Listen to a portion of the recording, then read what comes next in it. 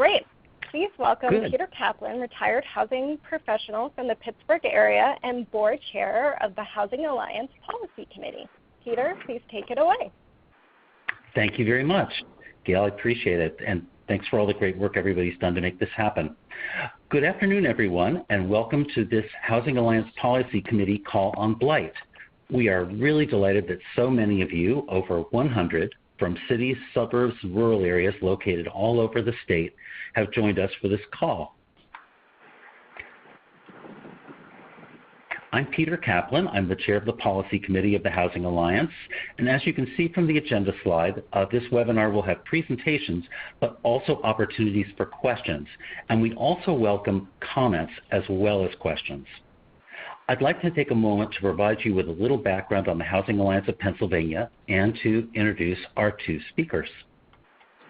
The Housing Alliance is a statewide coalition working to provide leadership and common voice for policies, practices, and resources to ensure that all Pennsylvanians, especially those with low incomes, have access to safe, decent, and affordable homes. We promote common sense solutions to balance Pennsylvania's housing market and increase the supply of safe, decent homes for low-income people. We're a diverse coalition that includes nonprofit and for-profit housing developers, people with lived experience of housing issues, service providers, government, and funders. Our core issues are affordable rental housing, homelessness, blight and land banks, healthy housing, and home ownership. We seek to be Pennsylvania's go-to resource for building knowledge and skill by providing research and information services, education, training, and technical assistance, and outreach. Oops, went too far there, sorry. The policy committee's role in this work is to produce information and policy recommendations that guide the activities and policies of the Housing Alliance. We have 4 subcommittees: blight, homelessness, affordable rental housing, and home ownership. In addition to the blight subcommittee meeting today, we are planning meetings of the homelessness committee in mid-November and the home ownership committee between Thanksgiving and Christmas. And now it's my pleasure to introduce our 2 speakers today, Michelle Feldman and Winnie Branton. Michelle Feldman is the new policy director of the Housing Alliance. Michelle brings to the Alliance a background in community development, media, and advocacy. She previously served as the executive director of Keep Philadelphia Beautiful and as the commercial corridor manager and communications director of the Frankfurt Community Development Corporation in Philadelphia. Prior to entering the world of community development, she worked for 2 political consulting firms specializing in media. Our second speaker, Winnie Branton, is the principal of Branton Strategies, which she established to help local governments, community development corporations, and other nonprofits develop successful strategies for combating blight. She's an independent consultant to the Housing Alliance and serves as the program manager for the Alliance's Land Bank and Blight Technical Assistance Program. Winnie is a practicing attorney with degrees in both law and public administration. And now, Michelle, I will turn the meeting over to you. Thanks, Peter. Before turning today's meeting over to Winnie, we wanted to provide some additional context about the Housing Alliance's work on blight and what we'll be discussing on today's call. The Housing Alliance has been tackling blight for over 15 years. We know that unfortunately this problem, an abundance of vacant, tax delinquent, and abandoned properties, impacts the entire state, including rural, urban, and suburban communities. This leads to the erosion of property values, significant costs to local governments, and is detrimental to the fabric of our communities. Since beginning our work to tackle blight, with your help, the Housing Alliance has been successful in passing a number of statewide policy changes and providing technical assistance to communities throughout the state. When we began our work on blight, we focused on state policy changes to both increase funding and ensure local communities had the power to effectively tackle the problem. After those successes at the state level, we began to provide training and technical assistance. We found that too often local communities didn't know about the tools available and needed an extra set of hands to help them navigate which resources would be effective within the context of their local needs and concerns. Currently, we're working to update our policy and practice priorities to build on these past successes. That's what the rest of today's call will be focused on. We want to share our ideas with you and seek input to finalize this agenda. At our annual Homes Within Reach conference in late October, we'll be unveiling a report that will include these policy and practice recommendations. We've had input into the agenda we'll be talking about today through a variety of means, including one-on-one conversations and a Blight Summit. The Housing Alliance also has a number of current resources to help communities tackle the issue of blight. We've released 3 toolkits to help folks at the local level create a comprehensive blight strategy in a fast and no-cost means, understand the powers of a land bank, and a Blight to Bright manual outlining all of the tools available organized by problem area. In addition, we run a blight listserv and convene bi-monthly calls for those that have or are considering a land bank. You can also visit PABlightlibrary.com, a one-stop shop for information about land banks and other tools that communities can use locally around blight remediation. And now I'm going to turn it over to Winnie to talk about our policy and practice agenda. Thank you, Michelle. I'm advancing the slides now to a slide that will set the stage for our discussion. As Michelle mentioned and Peter mentioned, I've been working with the Housing Alliance since 2014, and it's really my pleasure to be with you today to help us fill out and inform the policy and practice recommendations that both Michelle and Peter mentioned today. In my work, I've had the pleasure of going out to communities on behalf of the Housing Alliance and trying to share with a wide range of stakeholders all of the different tools that the Housing Alliance has worked together with its partners over the last 15 years to put in place to repurpose blighted properties and to create stabilized and healthy and thriving neighborhoods across Pennsylvania. So in the context of today's discussion, we wanted to present to you a list of 10 needs that have been identified through outreach through our Lancaster City Summit back in June and through other engagement tools that the Housing Alliance participates in. So those 10 needs are listed on the slide in front of you, and they're not ranked by order of priority. It's just they're ranked in a way that makes for some easy conversation and discussion. So I'm going to start out by just giving a brief overview of the needs that have been identified, some policy and practice solutions that have been presented and are being used across the state. And then for the second part of this, on the questions and comments, what we'd like you to do is share with us what is working in your communities, what remains a challenge, and share information that you think would be useful as the Housing Alliance moves forward with building out its policy and practice recommendations on blighted properties. So for anyone who's working in the area that deals with blighted properties, we know that more resources are needed, and you'll see that that's listed as need number 1. But another critical need that we've identified is the need for support for property maintenance code enforcement. And let me start by saying that the Housing Alliance promotes having a clear legal framework for property maintenance and the necessary staff and capacity. Those two things are critical to blight prevention. So the Housing Alliance has heard from folks across the state that there's a need for more resources directed towards property maintenance code enforcement. And some of the ideas that have been presented and discussed and that we hope to continue discussing include something like establishing a code enforcement grants program. That was a bill that was proposed in the last session, I believe, that would create some kind of a grants program through the state that would support local governments that often struggle to fund and properly capitalize their code enforcement departments. And part of the problem with understanding the value of that is seeing that sometimes you can't recover all the costs of all your code enforcement.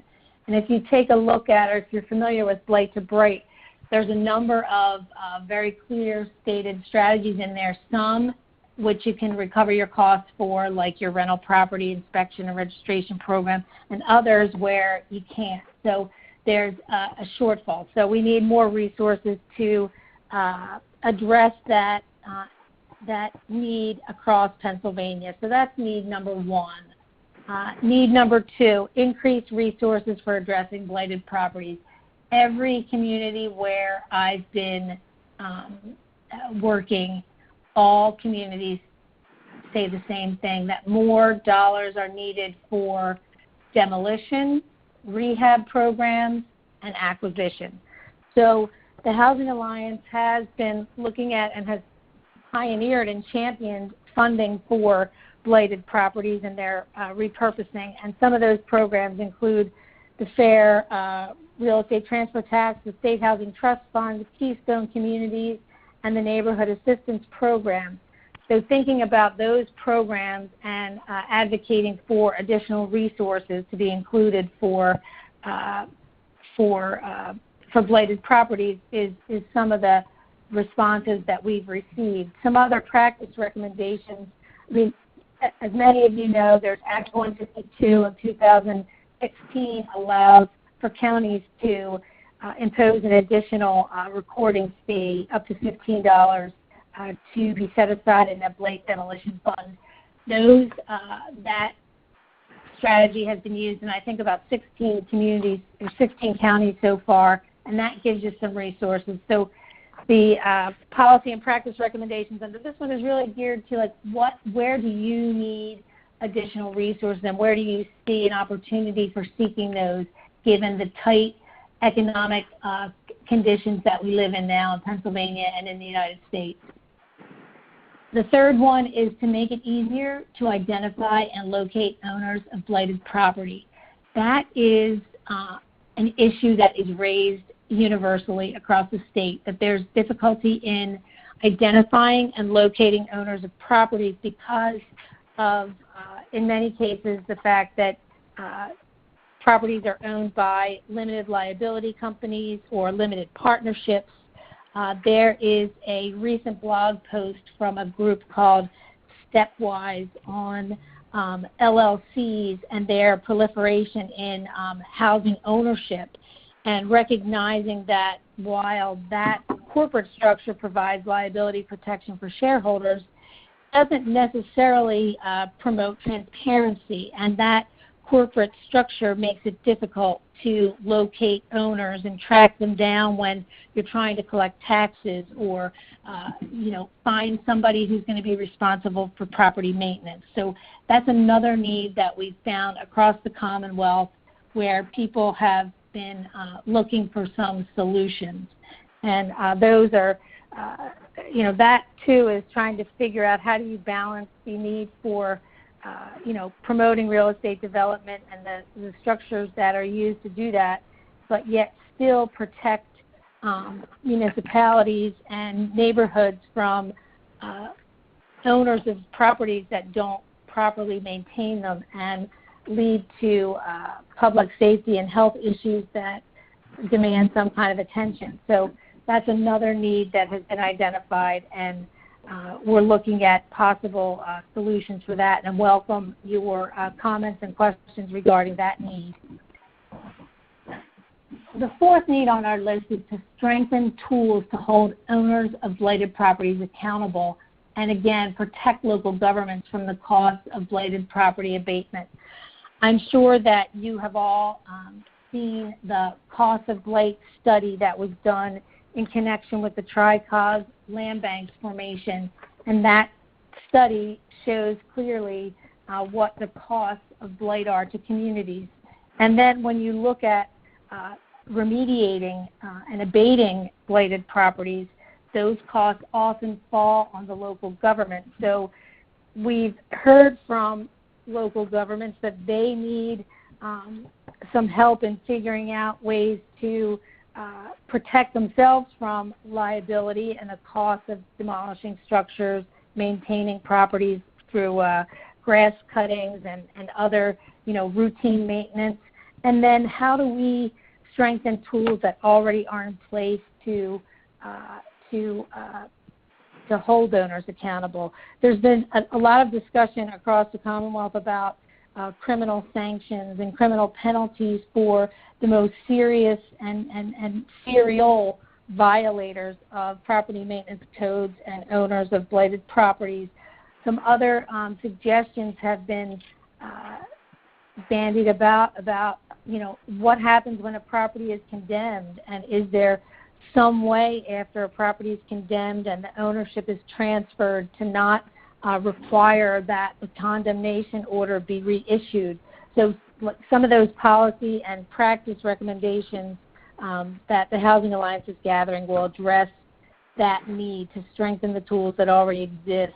Another example there for practice is to just encourage collaboration with your district attorney, with your with others in county, state, and local government to try to promote discourse and understand better how blighted properties impact local governments and how we want to not shift all the burden of maintaining abandoned properties onto the local governments.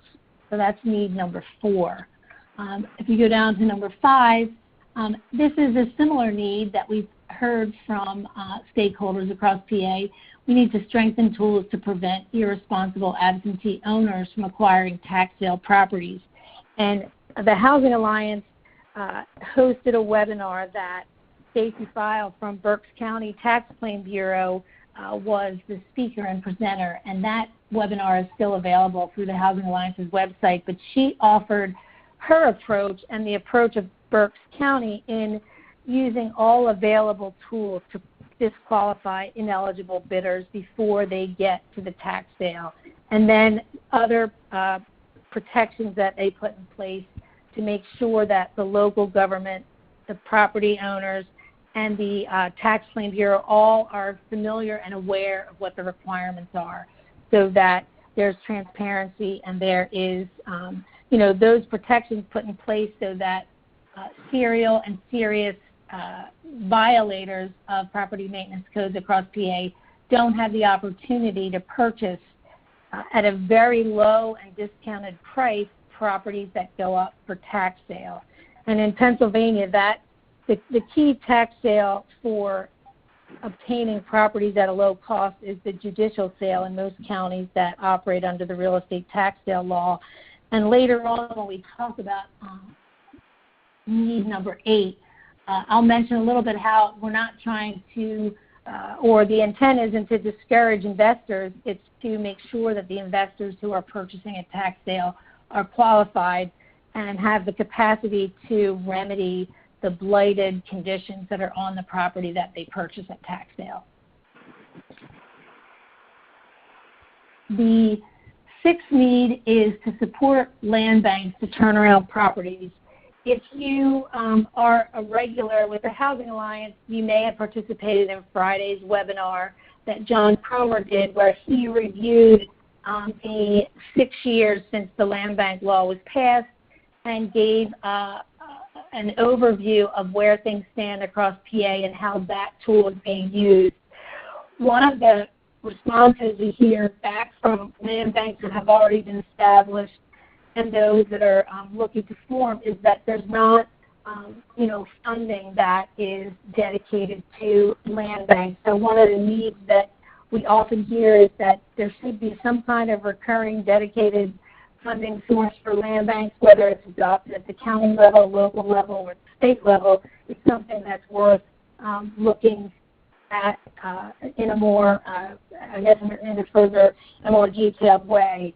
Some of the other things that I wanted to point out here is that the land banks that are operating in PA, I think there's around 20 of them now, they're successfully transferring properties, and there are partnerships being created across the Commonwealth with nonprofits like Habitat for Humanity and NeighborWorks. One that comes to mind in particular is in Dauphin County, where Dauphin County Land Bank has a great partnership with Habitat for Humanity there, where they're working together to get blighted properties rehabbed and then in the hands of new homeowners who who've come to the property through Habitat. Another example is NeighborWorks in the Lackawanna County Land Bank. They're partnering to, again, get these formerly blighted properties that are rehabbed into the hands of new homeowners and putting those folks in place with a new home that,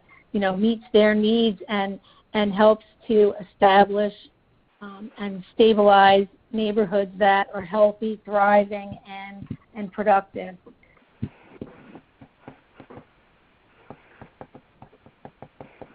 So another issue for the land bank is a new state law was recently passed that allows certain land bank jurisdictions to designate their redevelopment authority as their land bank. And that state statute was passed. It became effective August 18th, and there are a couple of communities that are on the brink of making that designation, Fayette County and then the city of Altoona. So that's another tool that the Housing Alliance worked to promote and to put in place, and we're here to help those who are considering that option and see that as another opportunity to provide greater support for the use of that tool to support property transformations and creating thriving communities. So number 7, I want to take a second just to talk about Blight to Bright, which when I am in communities across PA, I find that most of the folks working in code enforcement, most of the people working in blighted property in one way or another are familiar with this publication because it's such a great tool. And what I really like about it is that it separates the tools into 2 sections, the first being tools to prevent and eliminate blight and keep properties up to code. And then the second section talks about tools to address the long-term vacant and abandoned blighted properties, because there are different strategies, different considerations that come into play. So when you think about tools to address long-term vacant and abandoned blighted properties, some of those tools include demolition, establishing a local blight fund, appointing a conservator and proceeding with conservatorship, condemning properties, and then creating a land bank. So all of those tools are out there, and if you're looking to, or if you have on your plate responsibility for dealing with an inventory or a handful even of long-term vacant and abandoned blighted properties, the idea is to figure out how we can help communities use these already existing tools to do that. And just to talk briefly about conservatorship, one of the things that comes up with respect to conservatorship is financing for the rehab, whether you are a private organization or a nonprofit organization that's working with a developer to rehab a property through the conservatorship process, or you're a community development corporation that's using that tool. The need for financing is often brought up. Some of the other concerns brought up are, just understanding how that process works and see if it's going to work for you. And again, recognizing that conservatorship is not a tool for all blighted properties, or it's not intended to be a system-wide approach like a land bank is. It's to deal with that one property that has been sitting there long-term blighted, and it's time to move that property into the hands of a new owner. So I know there have been a number of communities that have tried this strategy. Some have been surprised by the length of time the process can take, the cost of litigation.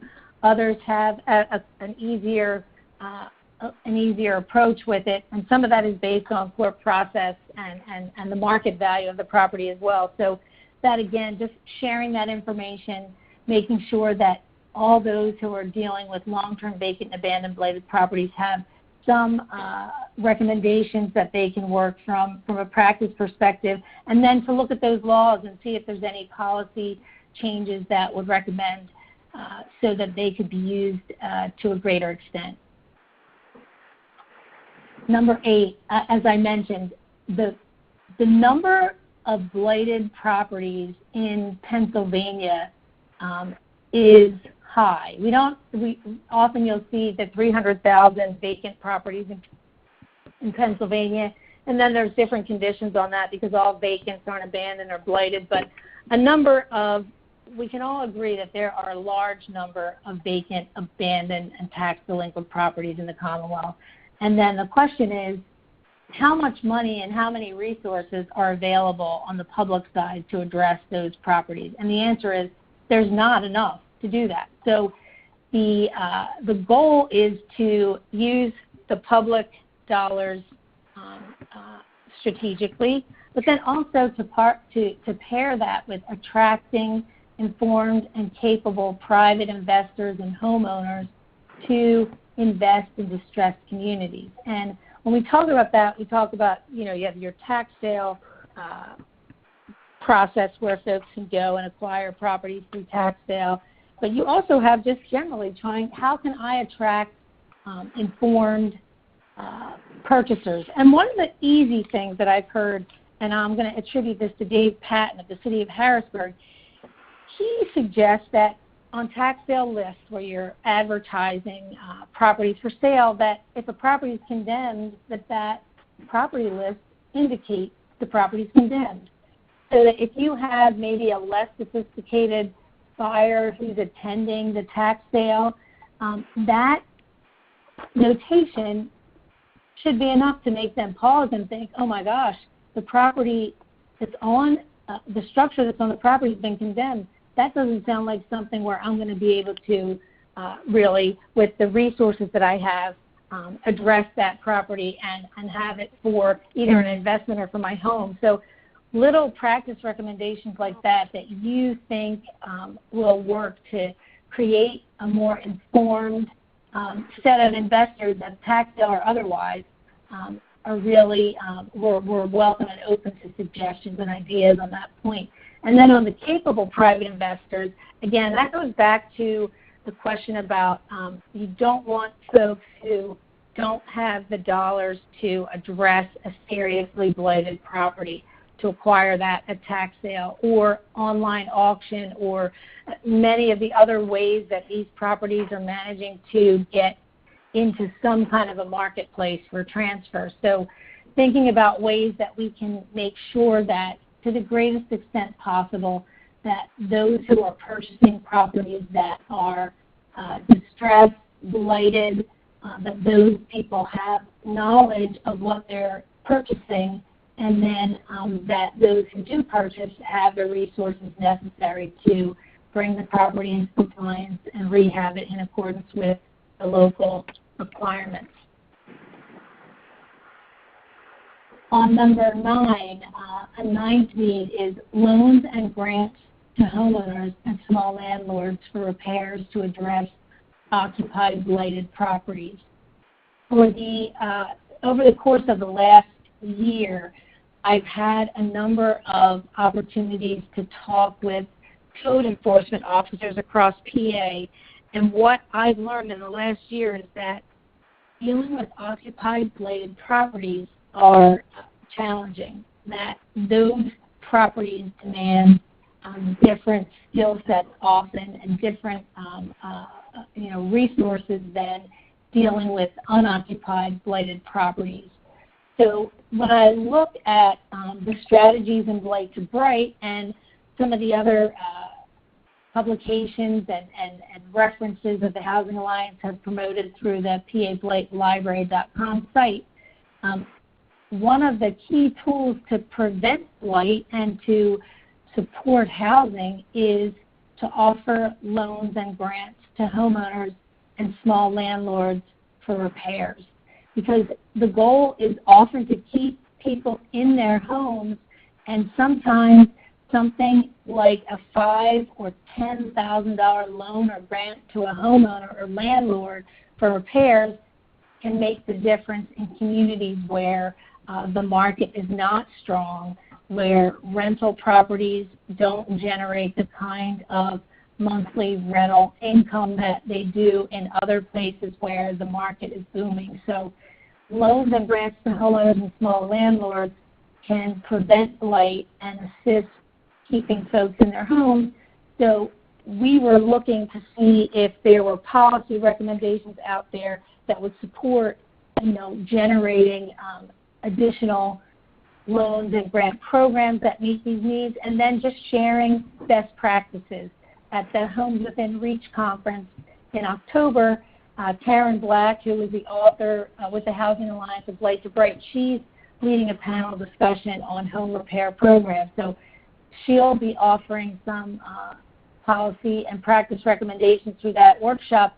But if you are working in a community where you have a successful homeowner and small landlord repair program that you think is something that should be shared with other communities in PA, please comment, share, and include the Housing Alliance in your discussions and your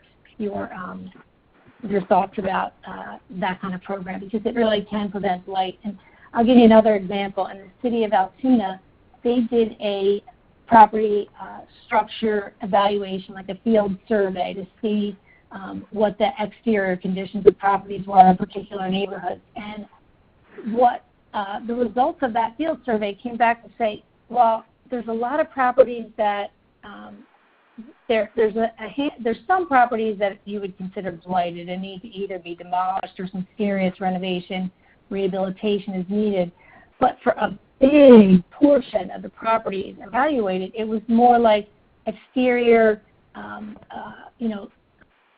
sprucing up, not necessarily rehabs or serious renovations, but small grants that could help to improve the appearance of the property, like rain gutters and sidewalks and things that are visual from the outside that can really have an impact on neighborhood pride and then confidence in the market. And that is a domino effect where if one homeowner gets a grant and starts to fix up the exterior and interior of their home, then that encourages others to think that maybe it's worth it to invest in my home too, because I see what others are doing. So that's number 9. Now number 10 is the last one that is very important. And I really have just begun to look more closely at the connection between equitable development and blighted properties.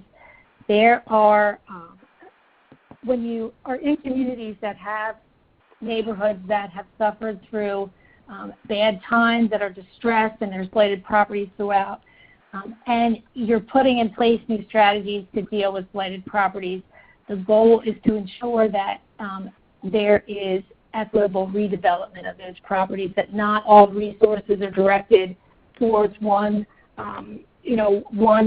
area or one group, that there's opportunity there for equitable development, which would include those of all income levels and would be open to hearing from those in the community that are focused on and who advocate strongly for equitable development, like the Housing Alliance does. So for that need number 10, I'm really interested in hearing comments and recommendations on how to do that, because you have this big inventory of blighted properties, and somebody's going to decide where those properties go, how they're disposed of, for what uses, in what neighborhoods, to what groups. So understanding that and seeing if there are policy and practice recommendations that would support using formerly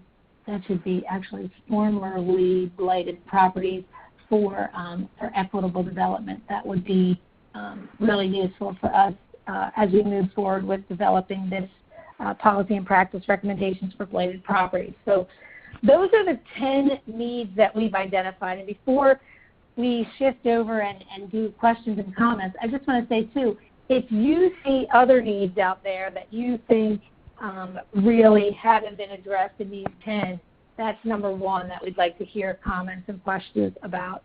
Number 2, this is a continuing dialogue, right? So maybe tomorrow you'll read an article that says, this city and this state is trying this out to address blighted properties. That's another thing that we'd like to share. And let me just say, for the existing tools, Michael Braverman from the City of Baltimore, he's running the Vacants to Value program there, which has received national awards and other accolades. He's going to be talking at the Affinity Lunch to kick off the Homes Within Reach conference. And I had a planning call with him to talk about what's going on in the city of Baltimore besides vacants to value. And one thing he mentioned to me, which I immediately had to go and look deeper at, was they've just revamped their rental property registration, inspection, and licensing program. And what I loved when I went and looked at it was the forms were incredibly simple. The process looked like it could work easily. I didn't register any properties myself, but I didn't want to upset their system like that. But on its face, it looked really clear. So that's another, like, looking at strategies not only from PA, but outside of Pennsylvania, other states, those strategies that you see that are working in other communities are part of this discussion too. We want to hear from you about what's working where you are, what you've heard about that's working, and then hear about your challenges and struggles and how the Housing Alliance can help you meet those challenges and move forward with developing and repurposing your blighted properties. So, Michelle, should I turn it back over to you or Gail to talk about how you can submit your comments and questions? We're gonna, Gail and I are gonna trade off. If folks have questions and want to put that into the chat box, Gail is gonna read off the first question, and then I'll read off the second one, and we'll go from there. I'm gonna switch it to the next slide too. All right.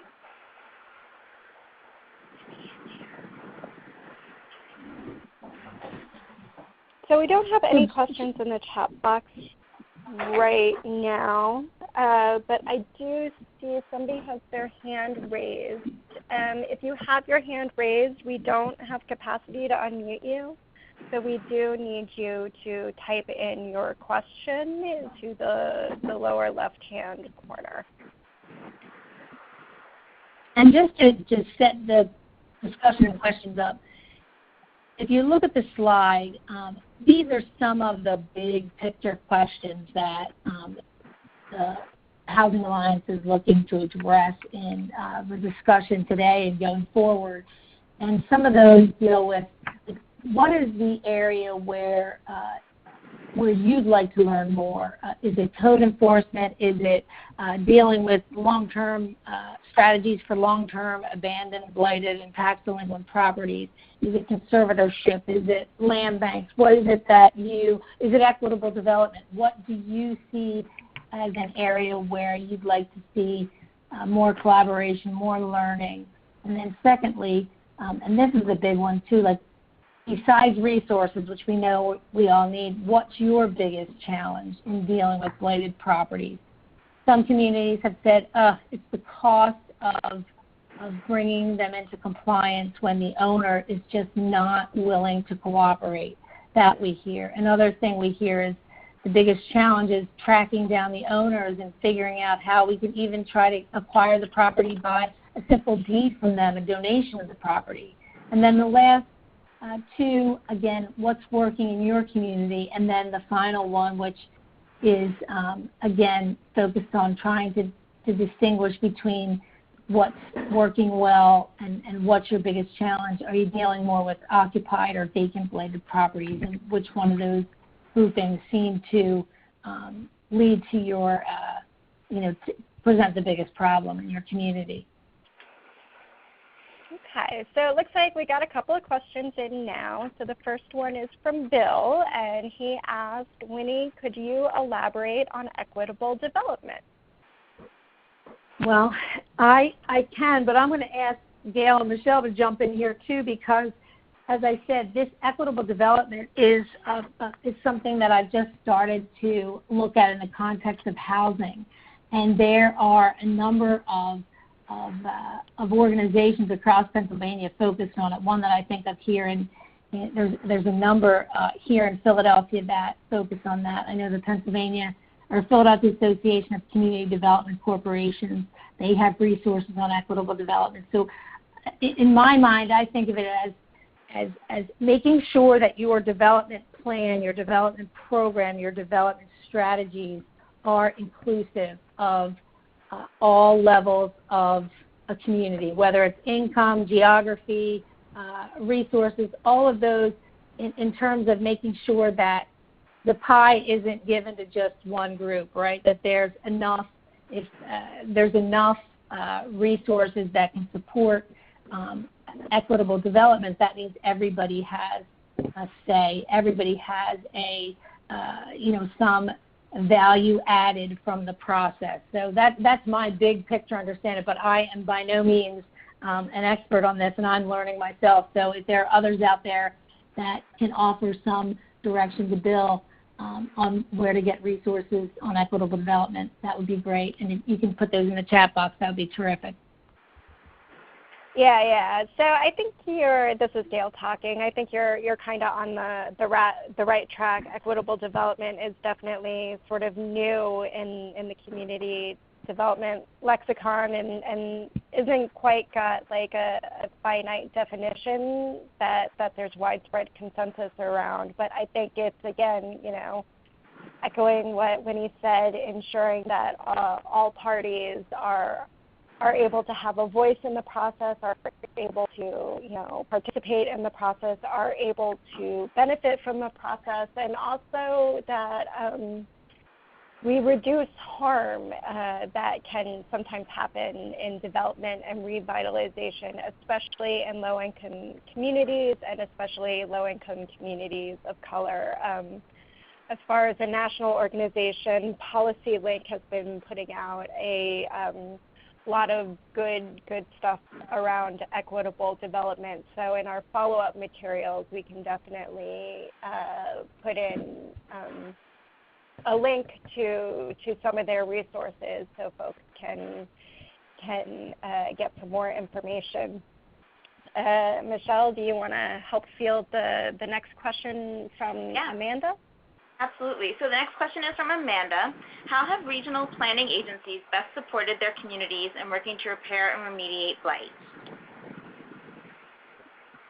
Well, I have one example to share with you that deals with the Southern Alleghenies Planning and Development Commission, which undertook a six-county in Southern Allegheny area comprehensive planning process. And in that planning process, they identified different needs under housing and blighted properties. And if you get a chance to take a look at that report, it's called Alleghenies Ahead, and it is a great example of a regional planning commission, organization, agency looking at the big picture and trying to identify challenges and solutions for housing and blighted properties on a regional basis, which I think is a great model. So that's one example. I've seen too, and there's a resource from the Delaware Valley Regional Planning Commission, which I often go to, that talks about incentives for local government incentives for redeveloping properties. So I've seen efforts, but I haven't focused exclusively on how the regional planning community can support blight, but I do know that I've used resources from DVRPC and now that's Alleghenies Ahead, just seeing what they were able to do to assist and aid in local governments in particular in dealing with blighted properties is really impressive to me. So that's a good example. And if I understood the question right, I want to make sure I'm not have regional planning agencies, and then oftentimes the redevelopment authorities, especially in the more rural counties, they're working directly with communities to deal with blight. Somerset County, Fayette County, Greene, and Washington County through the Housing Alliance. I had an opportunity to be out there and see the work that they do trying to support local governments and local communities in repairing and remediating blight. So there's a lot of examples out there from those redevelopment authorities as well.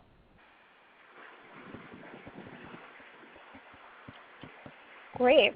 So we have our next comment, which is from Stacy, and this is in reference to the first question you asked. It said if you had to prioritize one of the practice areas discussed today as an opportunity for collaboration and learning, what would it be? And Stacy answered increasing resources and attracting capable investors.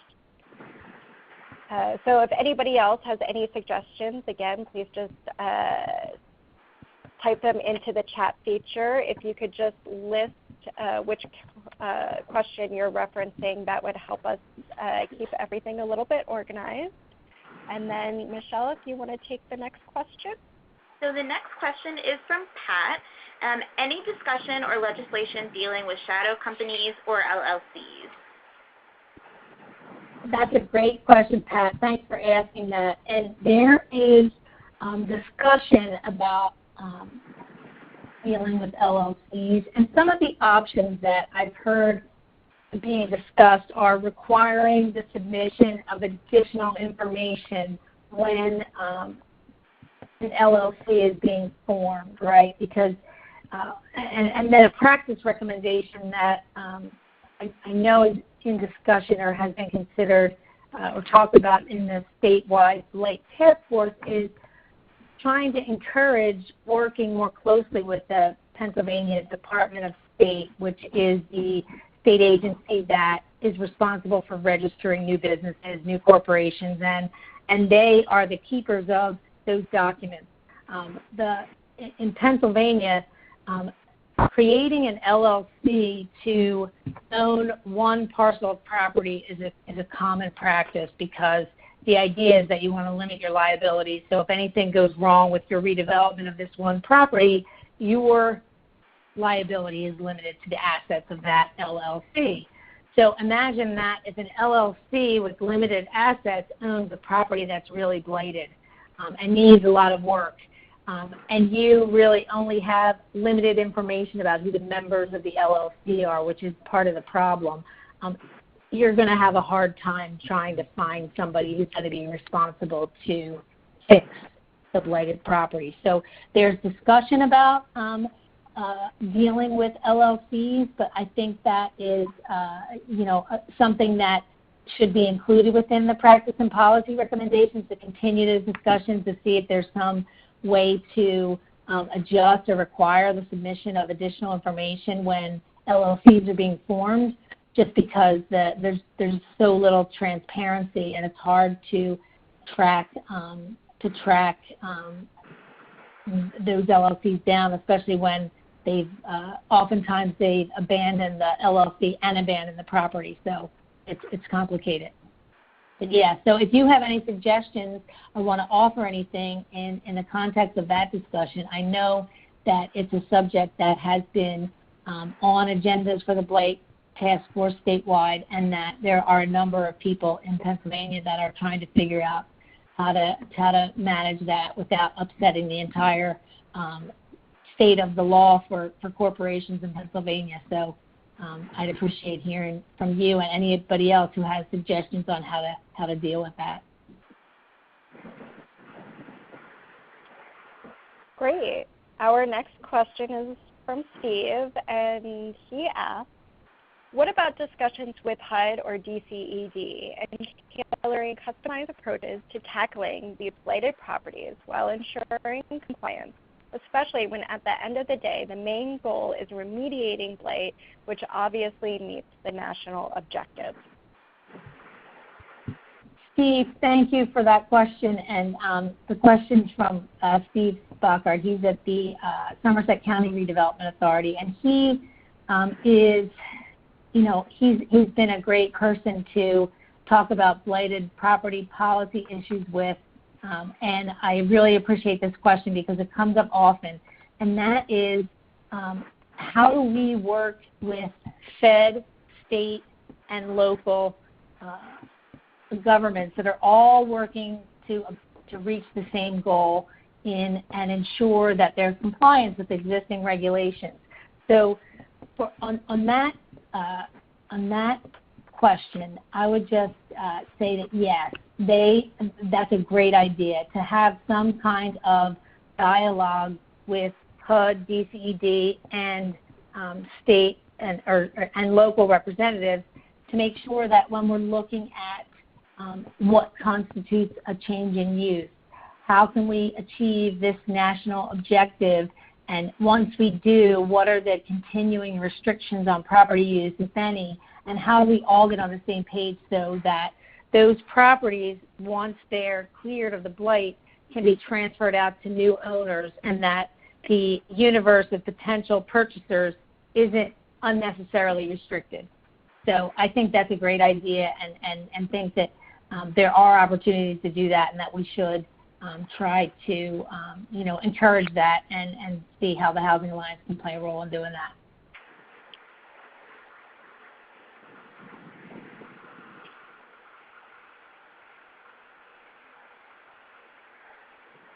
And it looks like we have another comment from Stacy about the biggest challenge. And looking at a statewide perspective, the biggest challenge is same as above. Vacant commercial properties are the biggest problem in the areas that we are working in. And then Steve Can you also repeat? made, I'm sorry. Could you repeat that from Stacy? I just lost a little bit of audio. Yeah, Stacy made a comment that says, looking statewide, the biggest challenge is same as above. Vacant commercial properties are the biggest problem in the areas that she is working in. Okay, vacant commercial. That's a new one because we're really focused on residential. So vacant commercial is I'm making note of that to revisit that. So thank you, Stacy.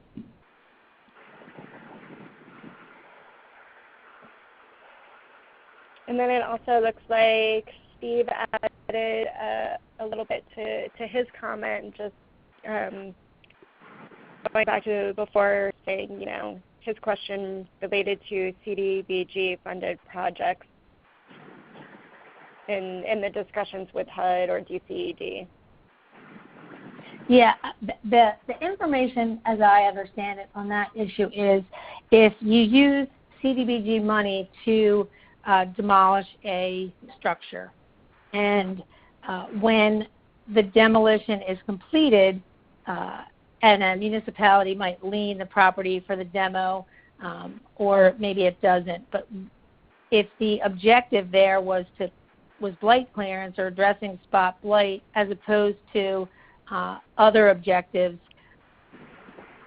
are there continuing restrictions on how that property can be transferred out or disposed? And we've had conversations about this because there's a difference in policy and understanding of what the regulations require from DCED and the state folks, and then it's not consistent with what some land banks in Pennsylvania have gotten direction from HUD in communities where they're direct recipients of the CDBG funds. So there's a letter that we've shared among land banks and others that came from HUD in Philadelphia that essentially says once the clearance is done, and if that's the objective, that if the city transfers the property to the land bank is free to transfer it in any manner and to whoever it chooses, just like the land bank law provides. So the restrictions are less cumbersome, and that's what the goal is, right? To make it easier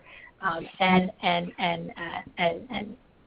cheaper to transfer these properties out, but at the same time wanting to be in compliance with what the rules and regulations are under the federal programs and the state programs. So I think that's an area where, and that's a question that is right for that discussion that Steve had mentioned with HUD, DCED, and the Housing Alliance to talk about how do we answer this question so that we're able to move these properties to productive use with as few strings attached as possible.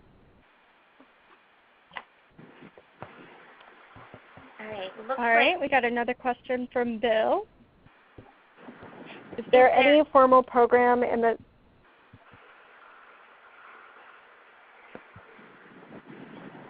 I'm sorry, is somebody trying to talk? Okay. Is there any formal program in the state that encourages church groups to adopt troubled neighborhoods in the manner of the Nehemiah Project in Altoona? would you ask, could you repeat that? I know I've heard about the Nehemiah project in Altoona, but could you repeat the question? Is there any formal program in the state that encourages church groups to adopt troubled neighborhoods in the manner of the Nehemiah project in Altoona? I am not aware of any state program that promotes that specifically promotes the churches to adopt a program or a neighborhood for rehab and renovation. If others are out there and they are familiar, please share that, because the Nehemiah project, from what I remember, it's a partnership with a whole host of folks that are working in a neighborhood that suffers from blighted properties to rehab those and repurpose them and get homeowners into them.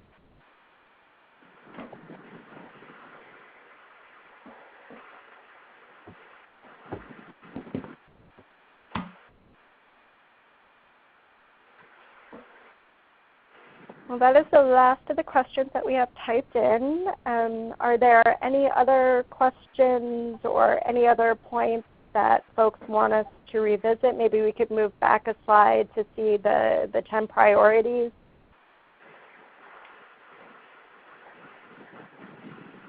And see if there's, again, if folks can just take a good look at this list and let us know, even if you just want to quickly type in the numbers, which of these identified solutions is something that you think is going to be most valuable in your community. If you could just type that into the lower left-hand corner, that would be very helpful.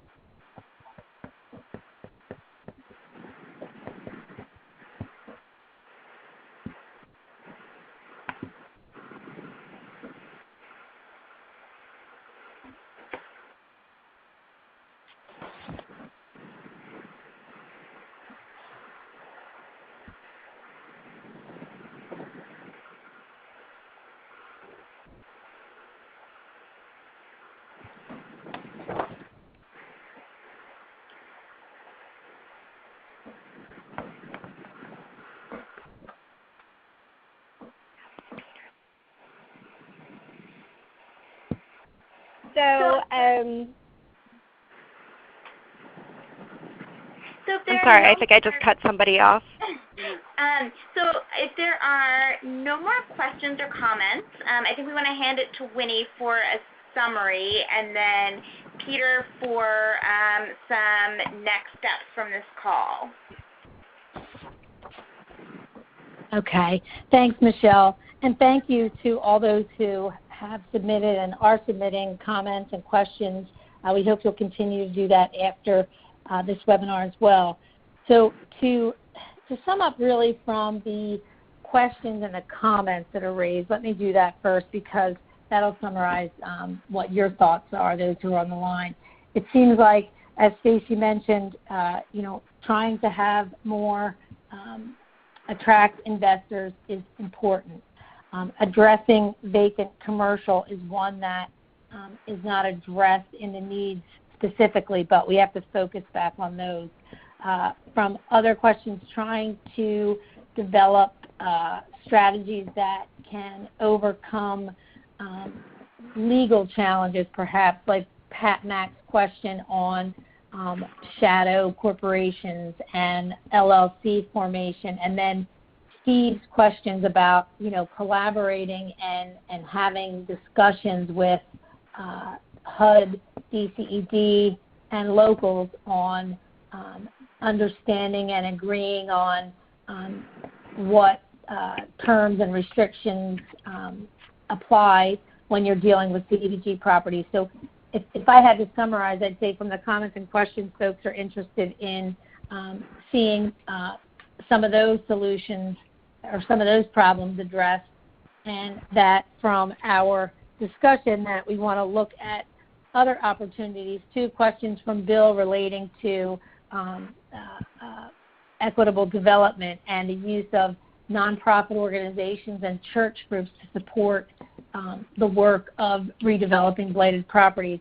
when I looked at the registration list for today and saw people's affiliations, what jumped out at me is that a number of those who are on the call today are from nonprofits, and that the work of nonprofit as partner with developers, with local governments, with the state and federal government to get these properties back to productive use, back into the hands of new homeowners is important. And I think from today's call and those just participating, as well as the comments and questions, suggest that we want to underscore that and understand that policy and practice recommendations can come that would support that continuing collaboration across all groups to promote blighted property redevelopment, but also equitable development, as Gail discussed earlier as well.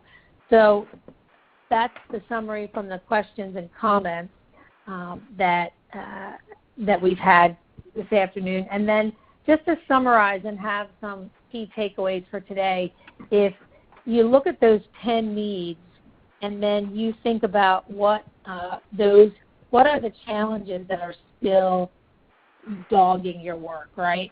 If you are dealing with blighted properties on a day-to-day basis, what is that one thing that is just really stopping you from having additional successes? In some places it's like, I really just can't figure out how to get title to this property. I can't find the owner. I can't find the deed that's clear. I need to do a number of things to get that property, to get more information on the property so that I can figure out a strategy for getting it and then redeveloping it. So as you leave this webinar today, and just another thinking about the summary and the takeaways is, think about what that challenge is for you, and then think about, so two things I guess I'll ask. Think about your biggest challenge, and number two, think about your successes and how your successes can help others that may be struggling with a problem that you've already figured out how to solve. So I guess that would be the two summary points I'd like to make, Michelle, just to be able to continue the conversation and to help reach solutions that can be replicated across the Commonwealth.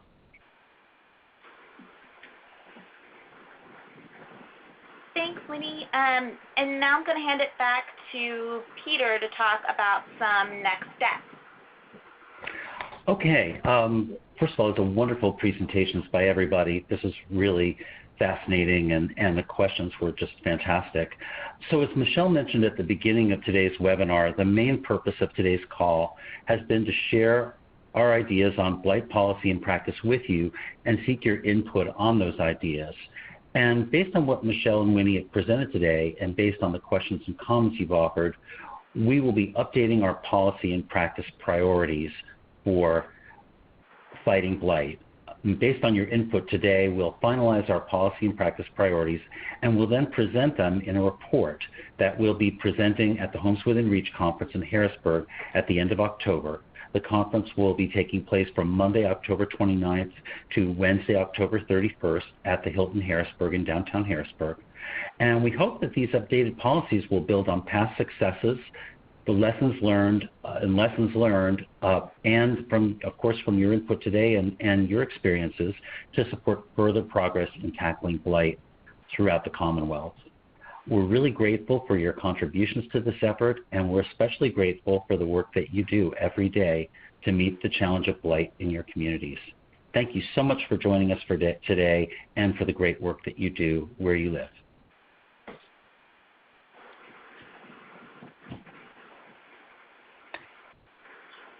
Thank you. This is Gail. Thank you, Peter. So I think what we're going to do is I'm going to go ahead and stop recording the webinar. I'm going to move it back to the slide that, again, has the identify proposed solutions, and I'll leave the webinar up and running for a few more moments since we ended a little bit early. But again, if you want to just identify which of the proposed solutions and just write it down real quick in the chat feature, most speak to the work that you're doing in your community, again, this is something that will be very helpful in helping us identify priorities going forward. Thank you all for getting on the call today, and have a great day.